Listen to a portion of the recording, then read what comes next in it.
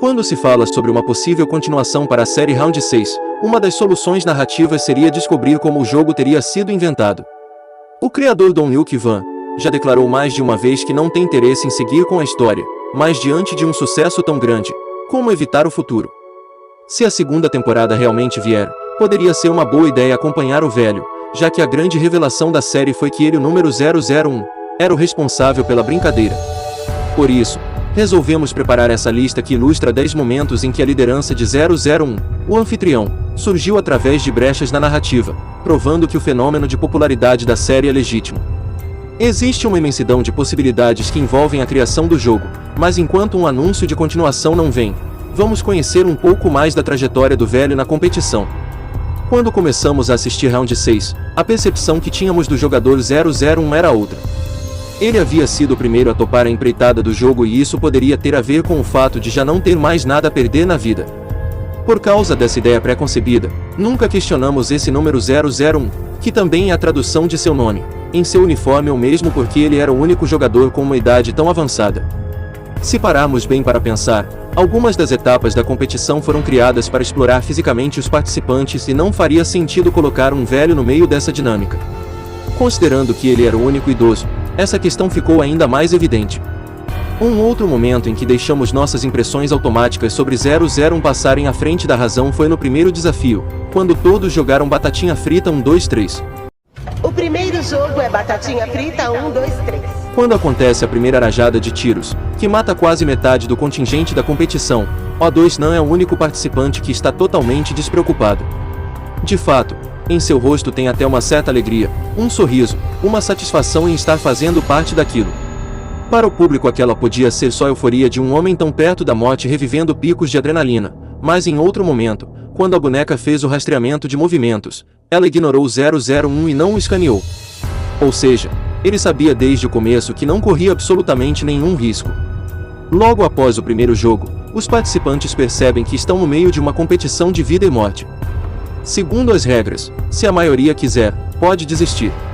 Uma votação é anunciada para que a metade sobrevivente faça sua escolha e a maior das coincidências acontece. 001 fica por último e seu voto é que decidirá o destino de todos. É impossível dizer que o empate aconteceu de propósito, mas o fato do anfitrião ter sido colocado no número 001 foi estratégico. Se votações e decisões fossem tomadas durante o andamento da competição, o fato de tê-lo nessa posição permitiria que ele tivesse poder sem que sua identidade corresse riscos. Para provar seu ponto de vista de que a vida real era mais tenebrosa ainda que o jogo, o anfitrião votou para que todos fossem libertados. Enquanto assistimos a série não damos muita importância para o fato de que O2 não reencontra o protagonista Ji-han, Lee Young-jae, com muita facilidade do lado de fora. De certa forma, acabamos priorizando a ideia de que 001 era só uma ferramenta encontrada pelo roteiro para manter Ji-hun em todos os rounds. Mas, ali já havia um outro plano em andamento. Quando todos topam voltar, a série mostra os retornantes sendo desacordados pelo gás, dentro das vans. Todos, menos O2 Nan. Assim que retornam para o jogo, os participantes percebem que se matarem uns aos outros, não há punição. É uma espécie de seleção natural. O anfitrião resolve liberar o Vale Tudo, em uma certa madrugada, para que os jogadores mais fortes eliminem os mais fracos. O problema é que os soldados e o sistema do jogo poderiam sempre encontrar um jeito de protegê-lo. Mas, seria mais difícil fazer isso se o perigo viesse dos outros participantes. Então, para que ele sobrevivesse ao ataque em plena escuridão, os soldados ficaram apostos e ao mínimo sinal de insegurança dele que chega a dizer, "Estou com medo", os soldados interferem e interrompem o massacre. Mais um braço desse caminho de percepções erradas sobre o 001 veio das dicas que ele tinha sobre os desafios. Quando assistimos pela primeira vez, somos levados a crer que o conhecimento dele sobre algumas das coisas que vão acontecer vem da experiência de vida, colocada em seu texto, convenientemente, para que os outros personagens escapassem da morte. Agora, contudo, sabemos que os participantes que estavam próximos de 001 estavam protegidos, pelo menos em alguma instância, já que ele não poderia morrer. Foi o que aconteceu no desafio do cabo de guerra, por exemplo. Quando subiram lá, todos daquele grupo já estavam salvos. Quando chegamos ao jogo número 4, atingimos o ponto crucial da participação de 001 no game. Os jogos 5 e 6 exigiriam muito de quem chegasse até eles, então, espertamente, o jogo 4 foi planejado para trabalhar com números pares. Como o 001 era um homem idoso, considerado fraco, Estava claro que na formação das duplas ele sobraria. Nenhum dos participantes sabia o que ia acontecer com quem sobrasse, mas as possibilidades para eles sempre envolviam a morte. 001 ficou quietinho num canto, só esperando a formação, sabendo que aquele seria um jogo do qual ele não participaria. Ele sobraria e sua morte seria forjada.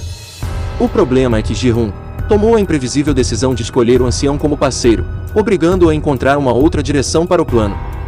Quando o Mineo, Kim Jo-hyuk, acabou sobrando, eles abortaram a ideia de sacrificar aquele ímpar, e decidiram somente mantê-la à espera do próximo jogo. Para todos os efeitos, 001 não chegaria até o jogo 4, das bolas de gude, sobretudo porque se ele perdesse, seria difícil encenar a própria morte. Todo o cenário para o round 4 foi preparado de acordo com as memórias do anfitrião, mas como ele não chegaria a participar dessa etapa, sua entrada no galpão foi cercada de emoção. Ele fala comovido sobre ter passado sua infância naquele bairro, mas, de novo, não nos perguntamos por que raios esse desafio foi preparado de acordo com as memórias de um jogador. De certa forma acaba sendo poético, porque aquele é justamente o ponto da competição em que ele, literalmente, sai de cena. Contudo, ele tinha um outro obstáculo. Ele precisava adiar a vitória de Ji-hoon o máximo possível, já que forjar sua morte com tantos participantes no local seria muito mais difícil. Dessa forma, ficou evidente que a demência que ele demonstrou no desafio foi fingida, assim como o instante em que se confundiu com as bolas, entregando a vitória ao amigo. Tudo para que pudesse ser o último a terminar e o último a sair. Sem dúvida, o momento em que Round 6 mais arriscou seu segredo foi justamente na saída do jogo 4. Isso porque, como bons fãs de dramaturgia que somos, sabemos que se não há corpo, não há morte. Além disso, a série foi toda construída em cima de gore, de violência gráfica, o que tornava aquela morte poética muito incoerente com o produto final. Mas, de novo, o roteiro foi muito esperto.